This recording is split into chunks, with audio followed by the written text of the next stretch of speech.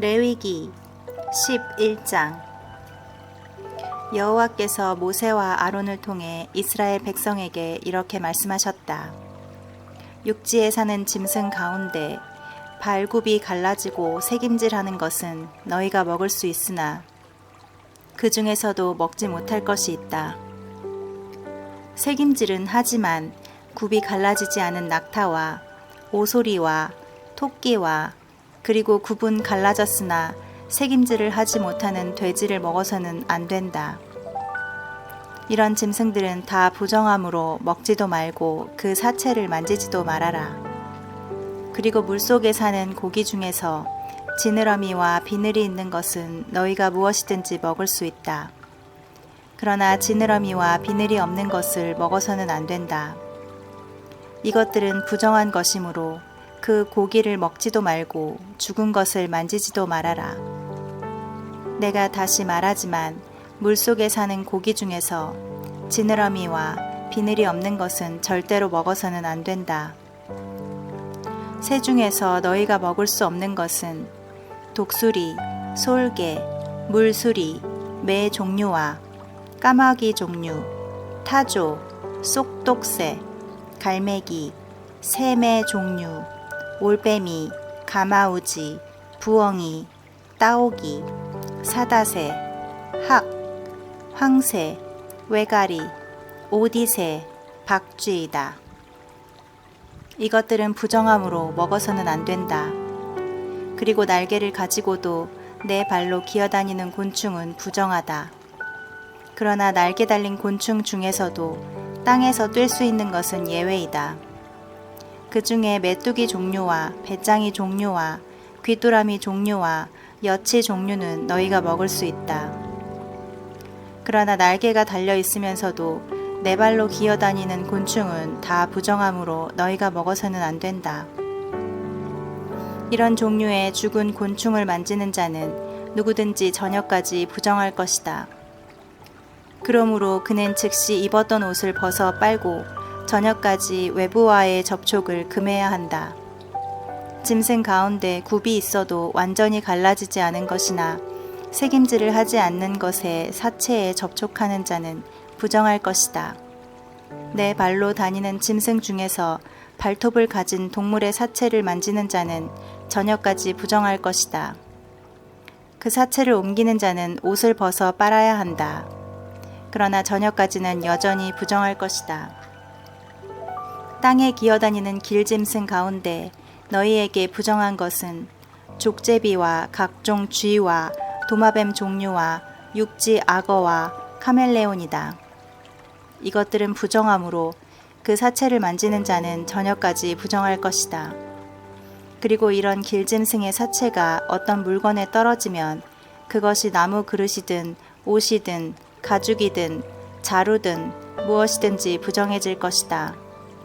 그러므로 그런 것에 닿은 물건은 물에 담가 두어라. 저녁까지 부정하다가 그 후에 깨끗해질 것이다. 만일 그런 사체가 어떤 질그릇에 떨어지면 그 속에 있는 것이 다 부정하게 될 것이다. 너희는 그 그릇을 깨트려 버려야 한다. 그런 그릇에 물이 어떤 음식에 떨어지면 그 음식이 부정하게 될 것이며 그 그릇에 담겨있는 음료수도 다 부정해질 것이다. 이런 길짐승의 사체에 접촉하는 물건은 무엇이든지 부정하게 된다. 그러므로 그런 것이 닿은 질그릇은 그것이 화로든 난로든 깨트려 버려라.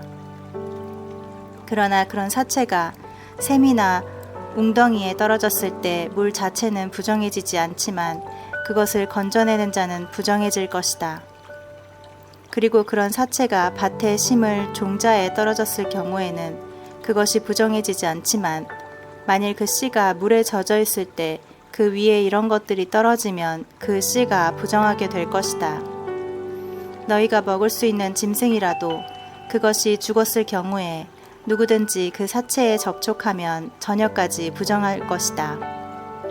그리고 죽은 짐승을 먹거나 옮기는 자는 입었던 옷을 빨아야 한다. 그러나 그는 여전히 저녁까지 부정할 것이다. 땅에 기어다니는 것은 다 부정하다. 너희는 그런 것을 먹지 말아라. 배로 밀어 다니든 내 발이나 많은 발로 기어 다니든 땅에 기는 것은 다 부정함으로 먹어서는 안 된다. 너희는 이런 것들을 먹거나 접촉하여 자신을 더럽히지 말아라. 나는 너희 하나님 여호와이다. 내가 거룩하니 너희도 자신을 정결하게 하여 거룩하게 하라. 너희는 땅에 기어다니는 이런 부정한 길짐승으로 자신을 더럽혀서는 안 된다. 나는 너희 하나님이 되려고 너희를 이집트에서 인도해낸 여호와이다. 내가 거룩하니 너희도 거룩하여라. 이것은 짐승과 새와 물속에 사는 것과 땅에 기어다니는 것에 관한 규정으로 깨끗한 것과 부정한 것, 먹을 것과 먹지 못할 것을 구별해 놓은 것이다.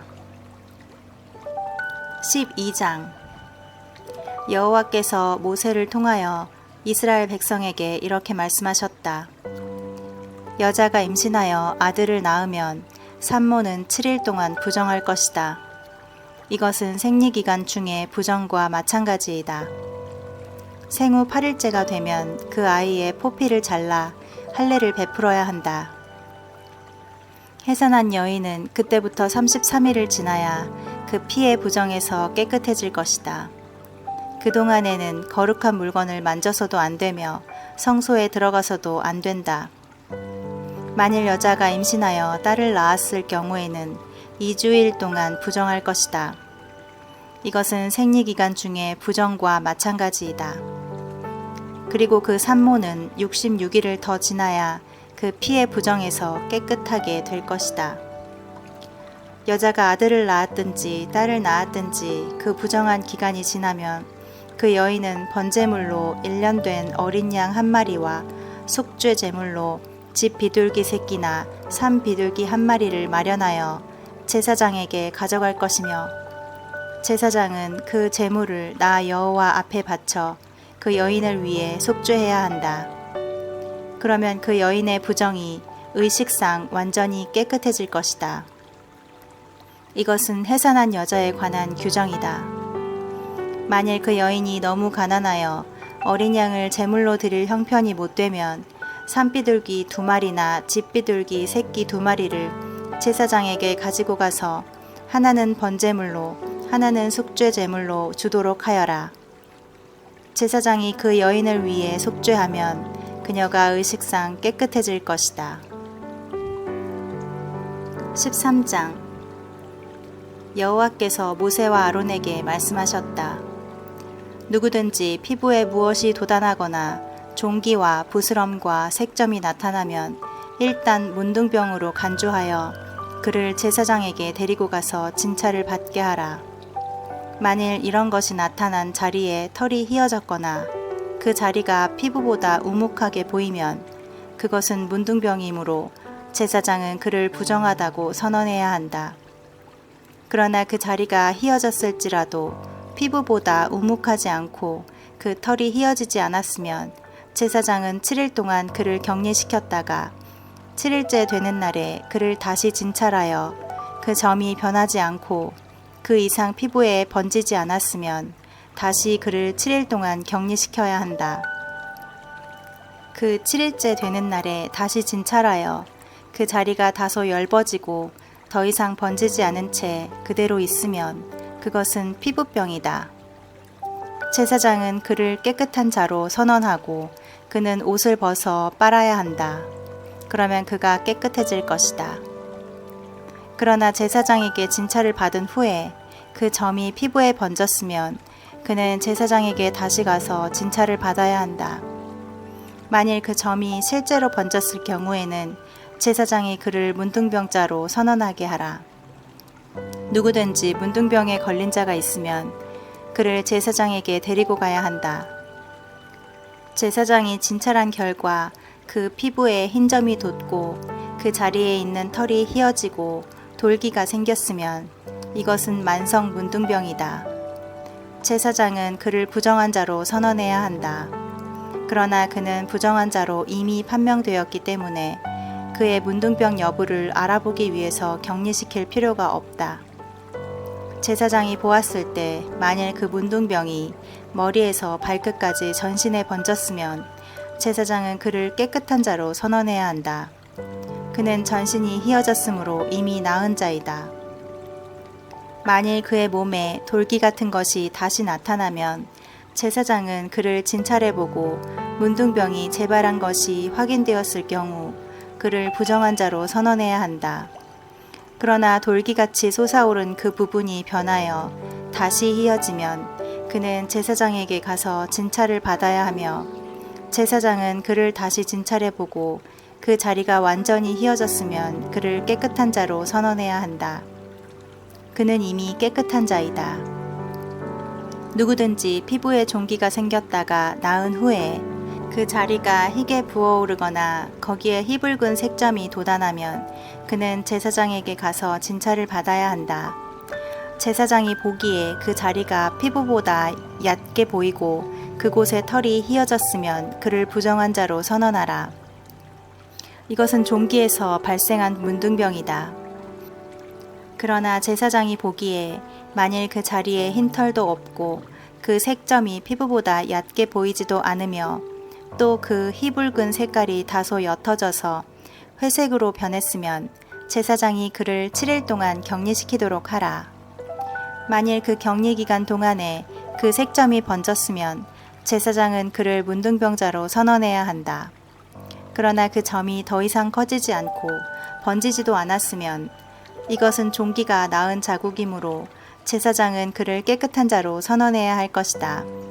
누가 불에 데었는데 그 댄 자리에 희거나 희붉은 색점이 생기면 그는 제사장에게 가서 진찰을 받아야 한다. 만일 그 색점의 털이 희고 그 자리가 피부보다 우묵하게 보이면 이것은 화상에서 발생한 문둥병이므로 제사장은 그를 부정한 자로 선언해야 한다.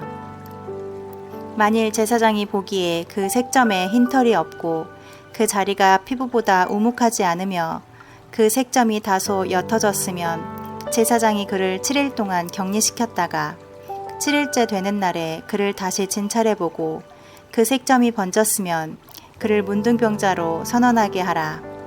그러나 그 색점이 번지지 않고 그대로 있으면서 그 색깔이 옅어졌으면 이것은 화상 자국이므로 제사장은 그가 문둥병에 걸린 것이 아니라고 선언해야 한다. 남자나 여자가 머리나 털에 부스럼이 났을 경우 제사장은 그를 진찰해보고 그 부스럼이 피부보다 우묵하고 그 자리에 가늘고 누런 털이 나 있으면 제사장은 그를 문둥병자로 선언해야 한다. 그러나 제사장이 진찰했을 때 그 자리가 피부보다 우묵하지 않은데도 검은 털이 없으면 제사장은 그를 7일 동안 격리시켰다가 7일째 되는 날에 그를 다시 진찰해보고 만일 그 부스럼이 번지지 않고 피부보다 우묵하지도 않으며 그 자리에 누런 털이 없으면 그는 그 부스럼 주변의 털을 밀고 제사장이 다시 그를 7일 동안 격리시키도록 하라. 7일째 되는 날에 제사장이 그를 다시 진찰했을 때에도 그 부스럼이 번지지 않고 피부보다 우묵하지도 않은 채 그대로 있으면 제사장은 그를 건강한 자로 선언해야 한다. 옷을 빤 후에는 그가 깨끗해질 것이다. 만일 깨끗한 후에라도 그 부스럼이 번지기 시작하면 제사장이 그것을 조사해보고 확인한 다음에는 누런 털이 나 있는지 알아볼 필요도 없이 그를 문둥병자로 선언하게 하라. 그러나 제사장이 보기에 그 부스럼이 번지지 않은 채 그대로 있고 그 자리에 검은 털이 나 있으면 그 문둥병은 이미 나았으므로 제사장은 그를 깨끗한 자로 선언해야 한다. 만일 남자나 여자의 피부에 흰 반점이 생기면 제사장이 그 사람을 진찰하도록 하라. 그 피부의 색점이 점점 희끄무레해지면 그것은 문둥병이 아니라 피부에 돋아난 어르러기이므로 그 사람은 깨끗한 자이다. 누가 머리 앞뒤에 머리털이 빠져서 대머리가 되어도 이것은 문둥병이 아니다. 그러나 머리털이 빠져서 대머리가 된 그 자리에 희붉은 점이 생기면 이것은 문둥병 증세이다. 이런 경우에 제사장은 그를 진찰해보고 그 자리에 문둥병 증세와 같은 희붉은 색점이 돋아 있으면 이것은 문둥병이므로 제사장은 그를 부정한 자로 선언해야 한다. 문둥병에 걸린 사람은 누구든지 자기 옷을 찢고 머리를 풀며 윗 입술을 가리고 부정하다, 부정하다 하고 외쳐야 하며 그 병에 걸려있는 동안은 부정함으로 그는 야영지 밖에서 따로 살아야 한다. 만일 양털이나 모시로 된 의복이나 천, 그리고 가죽이나 가죽 제품에 푸르거나 붉은 점이 생기면 이것을 일단 문둥병 색점으로 보고 그 색점이 생긴 의복이나 가죽이나 천을 제사장에게 가지고 가서 검사를 받아야 한다. 제사장은 그것을 받아 7일 동안 따로 간직해 두었다가 7일째 되는 날에 그것을 다시 살펴보고 만일 그 색점이 번졌으면 이것은 전염성 문둥병이므로 부정하다. 그러므로 그는 그 색점이 있는 의복이나 천이나 가죽을 불로 태워야 한다. 그러나 제사장이 보기에 그 색점이 더 이상 번지지 않고 그대로 있으면 제사장은 그 색점이 있는 것을 빨게 한 다음 또 7일 동안 간직해 두었다가 다시 살펴보아야 한다.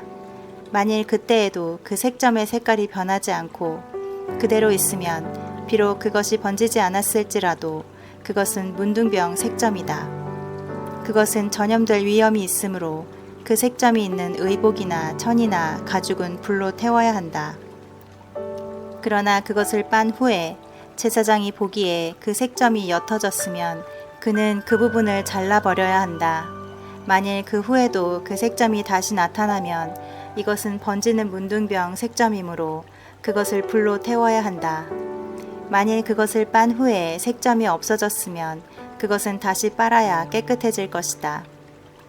이것은 털이나 모시로 만든 의복, 그것으로 된 천, 그리고 가죽이나 가죽 제품에 생긴 색점이 문둥병인지 아닌지를 결정해주는 규정이다.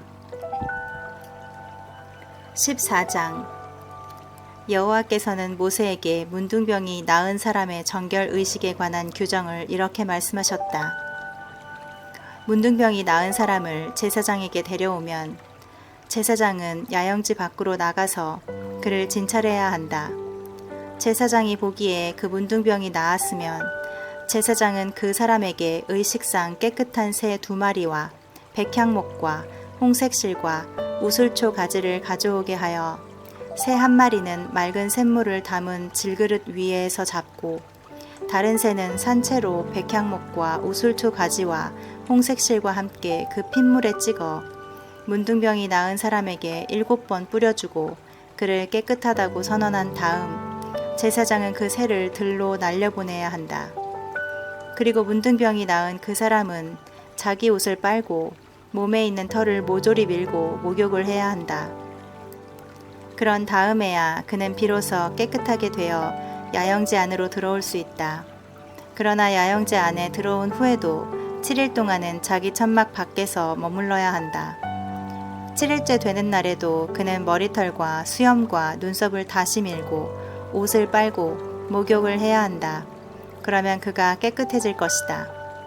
그 다음 날인 8일째 되는 날에 그는 흠없는 어린 숫양 2마리와 1년 된 흠없는 어린 암양 1마리와 또 감람기름을 섞은 고운 밀가루 6.6리터와 감람기름 0.3리터를 가져와야 한다. 그러면 제사장은 그 사람을 성막 입구로 데려다 놓고 또 그가 가져온 예물도 그곳에 두고 어린 숫양 1마리와 감람기름 0.3리터를 제단 앞에서 흔들어 허물을 속하는 속건제로 나 여호와에게 바친 다음 그 어린 숫양은 속죄 제물과 번제물을 잡는 거룩한 곳에서 잡아야 한다.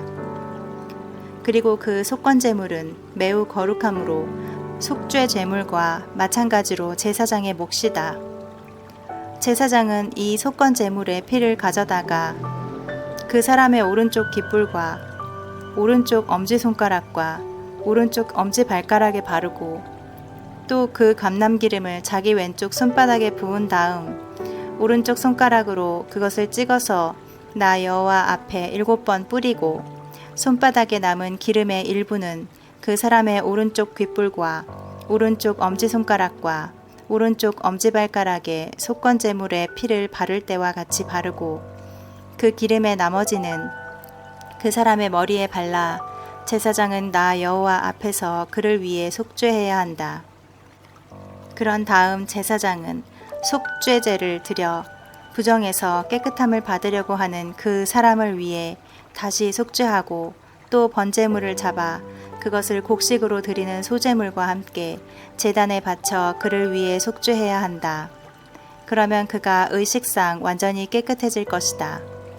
만일 그 사람이 너무 가난하여 이런 것을 바칠 형편이 못되면 속건제물로 나 여호와에게 흔들어 바칠 어린 숫양 한 마리와 곡식으로 드릴 소제물로 기름 섞은 고운 밀가루 2.2리터와 그리고 감람기름 0.3리터를 바치도록 하라. 또 그는 힘이 미치는 대로 산비둘기 2마리나 집비둘기 새끼 2마리를 가져다가 한 마리는 속죄 제물로 다른 한 마리는 번제물로 준비하였다가 8일째 되는 날에 정결 의식을 위해서 그것들을 성막 입구에 있는 제사장에게 가지고 가야 한다. 그러면 제사장은 그 어린 양과 기름을 받아 나 여호와 앞에 흔들어 바치고 속건 제물인 그 어린 양을 잡아 정결함을 받을 그 사람의 오른쪽 귓불과 오른쪽 엄지손가락과 오른쪽 엄지발가락에 그 피를 발라주어야 한다. 또 제사장은 그 기름을 자기 왼쪽 손바닥에 붓고 오른쪽 손가락으로 그것을 찍어 나 여호와 앞에 7번 뿌린 다음 손바닥에 남은 그 기름을 속건제물에 피를 발라줄 때와 같이 그 사람의 오른쪽 귓불과 오른쪽 엄지손가락과 오른쪽 엄지발가락에 발라주고 그 나머지 기름은 그의 머리에 발라 제사장은 나 여호와 앞에서 그를 위해 속죄해야 한다. 그런 다음 제사장은 그 사람이 자기 힘대로 바친 산비둘기 2마리나 집비둘기 새끼 2마리를 가져다가 곡식으로 드리는 소제물과 함께 하나는 속죄 제물로 다른 하나는 번제물로 바쳐 정결함을 받을 그 사람을 위해 나 여호와 앞에서 속죄해야 한다. 이것은 문둥병에 걸린 사람이 너무 가난하여 부정에서 정결함을 받는데 요구되는 제물을 그대로 바칠 수 없는 경우에 지켜야 할 규정이다. 여호와께서 모세와 아론에게 말씀하셨다. 내가 줄 가나안 땅에 너희가 들어가 살 때에 내가 어느 집에 문둥병 색점이 생기게 하면 그 집 주인은 제사장에게 가서 그 사실을 보고해야 한다. 제사장이 그 색점을 조사하러 그 집에 들어가기 전에 그 집안에 있는 모든 물건이 부정하다는 선언을 받지 않도록 먼저 그 집을 비우게 하라.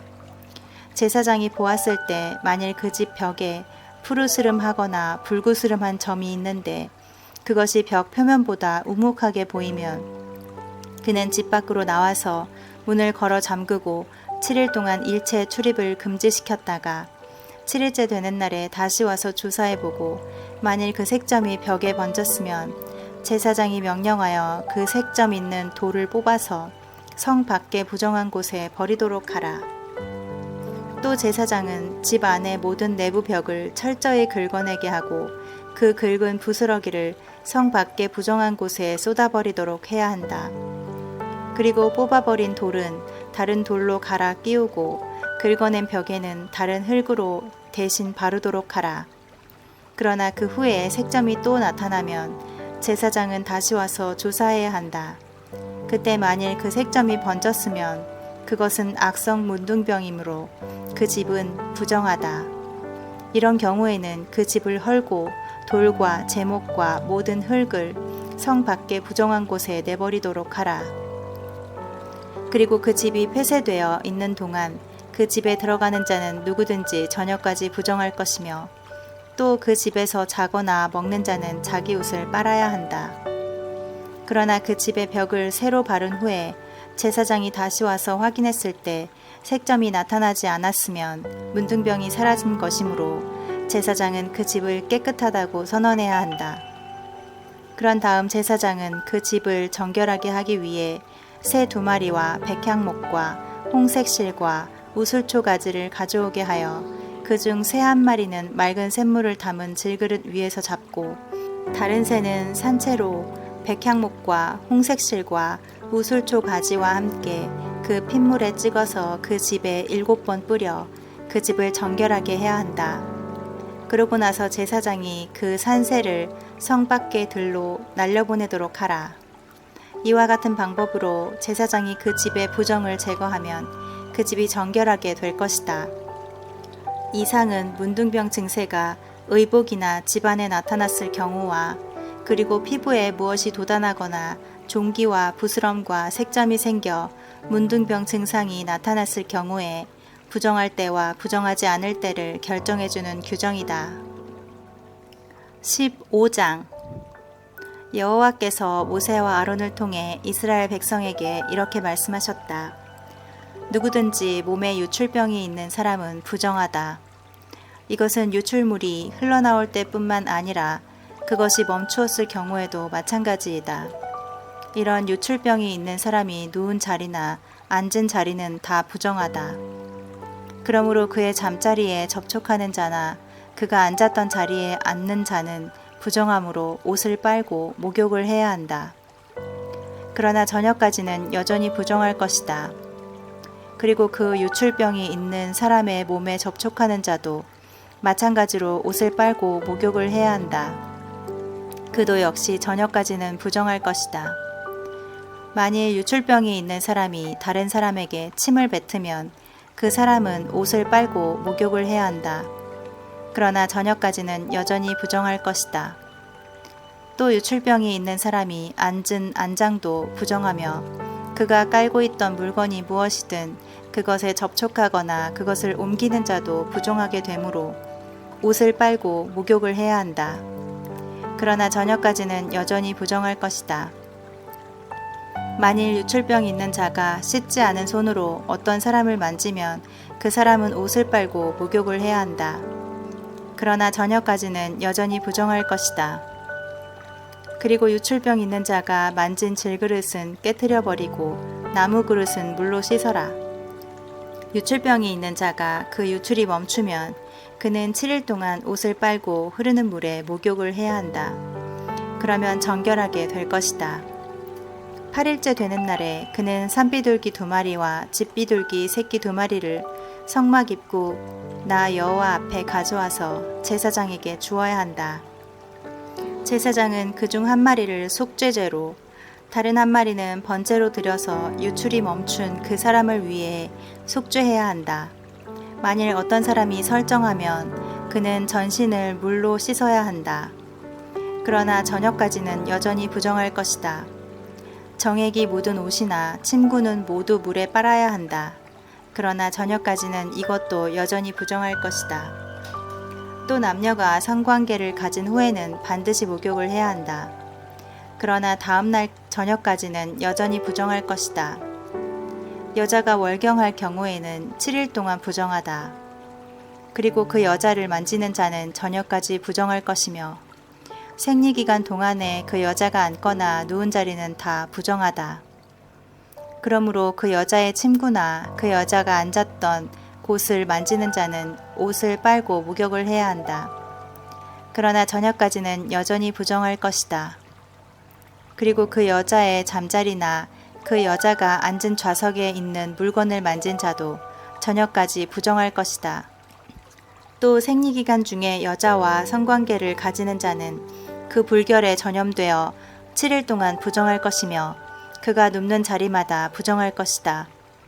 만일 생리기간이 지났는데도 월경이 계속되거나 또 생리기간이 아닌데도 피가 흐르면 그 기간 동안에 그 여자는 정상 생리기간 때와 마찬가지로 부정하며 그 기간 동안에 그 여자가 눕는 자리나 앉는 자리도 정상 생리기간 때와 마찬가지로 부정하다. 이런 것을 만지는 자는 부정함으로 옷을 빨고 목욕을 해야 한다. 그러나 저녁까지는 여전히 부정할 것이다. 그리고 흐르던 피가 그치면 그 여자는 그때부터 7일이 지나야 깨끗해질 것이다. 8일째 되는 날에 그 여자는 산비둘기 2마리나 집비둘기 새끼 2마리를 성막 입구로 가져와 제사장에게 주어야 한다. 그러면 제사장은 그중 1마리를 속죄제로 다른 1마리는 번제로 드려서 피를 흘려 부정하게 된 그 여자를 위해 나 여호와 앞에서 속죄해야 한다. 너희는 이스라엘 백성에게 경고하여 이런 부정에서 떠나게 하고 그들이 자기들 가운데 있는 내 성막을 더럽혀 부정한 가운데서 죽는 일이 없도록 하라. 이상은 유출병이 있는 자와 설정으로 부정한 자와 생리기간 중에 여자와 월경 불순으로 부정한 여자와 그리고 부정한 여자와 성관계를 가지는 자가 지켜야 할 규정이다.